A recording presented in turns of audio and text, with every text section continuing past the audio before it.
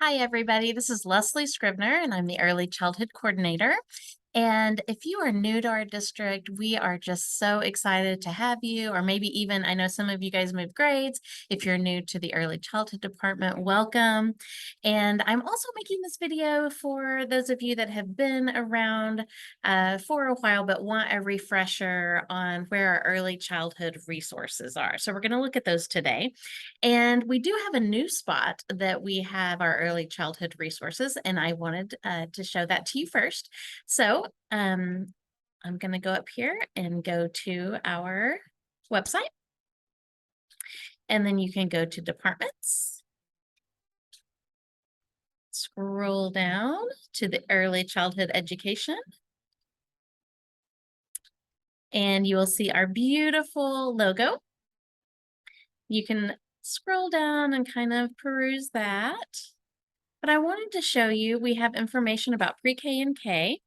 We also have information on raising a reader, and we're getting ready to start that around parent-teacher conferences. And so you can direct parents to that or even do a little refresher for yourself.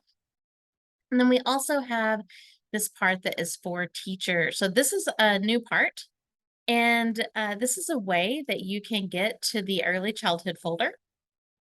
We also have added, Stephanie has done this, an early childhood Canvas course. And so right now, let's go ahead and click into that.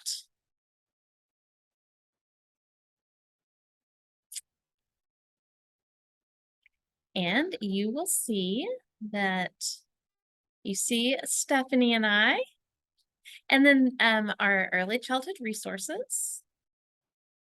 And then we have two courses available, and that is Raising a Reader training if you were not able to go before school started, or we also have our Purposeful Play that Stephanie led that is wonderful from the Summer Institute.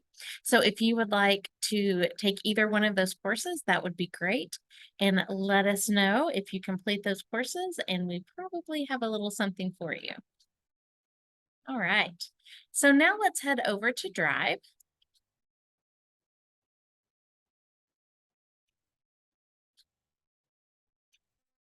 My computer's being a little slow. All right. So right here, as you'll see, I have a lot of folders. And Stephanie showed me something just the other day. You probably already knew this, but I'm going to show you.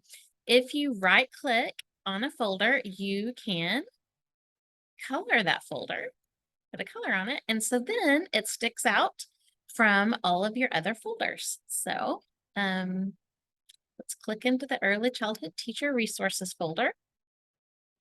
And here you're going to see different things like our PD plan for the year, which starting October 6th, we are going to have our first in-person meeting. So you'll see that. You will see just some different things we have, the current newsletter, our contact information. So if you ever need anything, you can look right here and you can see Stephanie and Frida's and my information. We also have some things on some professional development. We have all of our archived newsletters. So if there's something that you remember, you can go back in there and you can kind of check out, like maybe you wanted to get some sensory bin ideas, and you can go to past newsletters and check out ideas for pretty much anything that you want. We have resources on play. We have our, like I said, professional development, equity resources, social and emotional resources, technology resources, even something for principals. So I would just say, take a few minutes. It'd take you less than 10 minutes to kind of go through everything and see what we have resource wise. Now, my probably the most used part of our resource folder is our grade level folder. So you see we have pre-K, kindergarten, first grade, and second grade. So let's go into the kindergarten document, and I kind of want to show you around. They're all kind of organized the same. So we have some overall just things like this is from the Oklahoma State Department, and it has it's some family newsletters, and it's good information that you can talk to your families, like what developmental level they are on and things like that.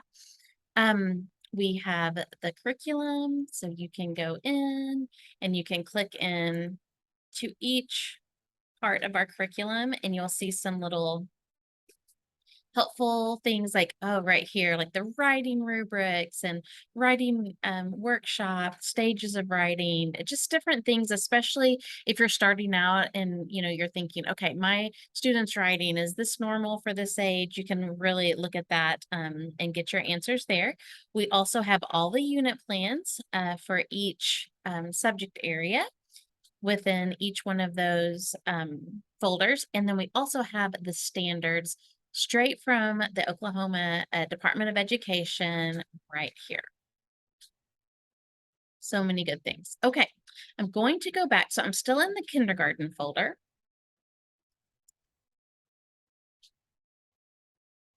Again, it's slow. Okay.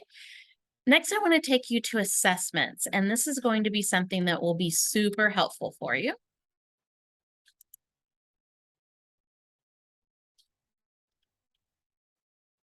Okay, there we go. So in here, you will see that you have your standards tracker. These have all been updated. As you may know, we got our new ELA standards this year, and we are implementing those. And so Stephanie has gone through each quarter and she's updated those trackers. So the great thing about these trackers is you can see what standard you're looking for. You could either put these on the clipboard, or the super cool thing about leaving them online is that you can write. So you can write their names right here. So you can switch out their names. And then you can go through counts words in a sentence. You can put if they are a 3, 2, or a 1. So 3 is on grade level.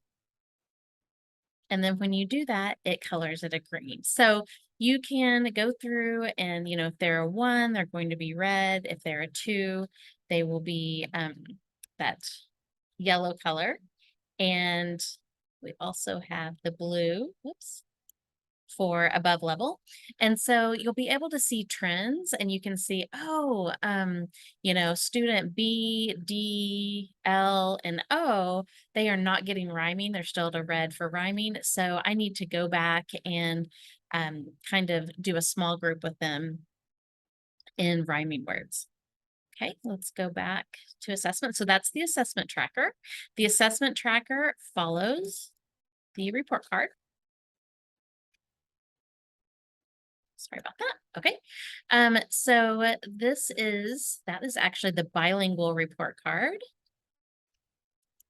And this is just the mock report card. So this is just showing you what is contained in the report card. So as you will see, when it's shaded in blue, that means that it is assessed during that quarter. So anything that has all four squares highlighted in blue, that means all 4 quarters.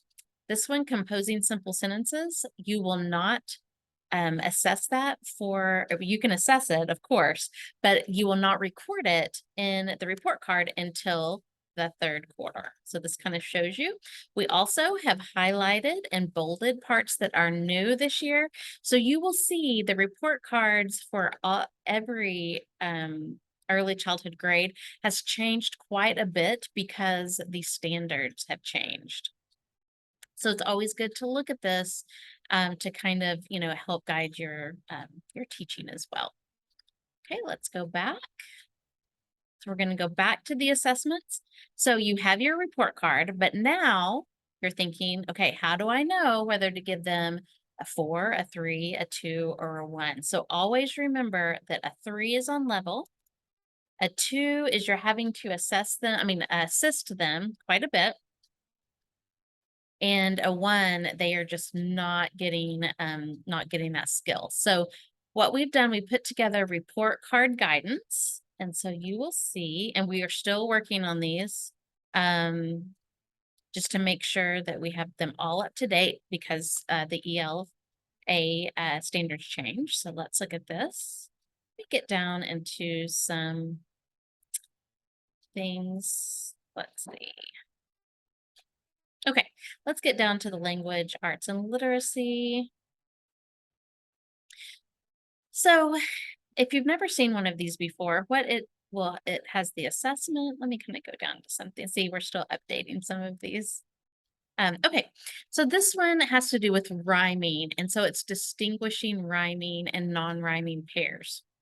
So we will give you a little assessment up at the top that you can use. And then we will put mastery. So mastery means that they are at that 3 level. So they are on level.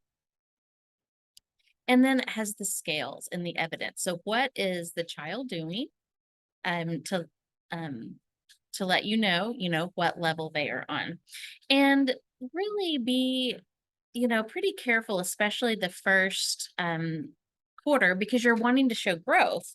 So really look at them and don't think, well, I think they can do this. Like, it's okay if they are really struggling, with it. Just a if they can't do it at all, a 1. If they're still, they're starting to get it, then a 2. It's okay because parents like to see that growth as well. And then it's really good. So then you can see how the kids are progressing. Okay. And so we have those for every quarter, every part of the report card. See, there's another assessment. Here's your letter recognition pages. Sorry about that. And it even tells you kind of if it's that specific, then it will tell you how many, for each quarter they need to know. All right. Then we also have here we have the letters, sounds, and counting trackers. So you just add the student. Now, I always like to do these paper and pencil, and I did these on a clipboard. But so what you can do is put their names here. And then what I would do is if they know the C, put an X. If they don't know one, then what I would do is highlight it. And so again, and if you're doing it, on paper, then I would just take a highlighter, and then the ones they don't know, I would just highlight, and then you can kind of see there again, you can see which letters. Maybe there are a lot of people, a lot of your students that don't know D, but pretty much everyone, knows P. So you don't need to go over the P as much. You really need to concentrate on that D. We have uppercase, lowercase, letter sounds, and counting and numbers. And you can kind of adapt those any way you need to for your class. All right. So that is kind of all I was going to show you today. If you have any more questions or having trouble and need some more resources, let us know. And we hope you're having a great day. And if you just want us to come see your classroom, or if you have any questions about anything, please do not hesitate to get a hold of us at any time. Have a great day.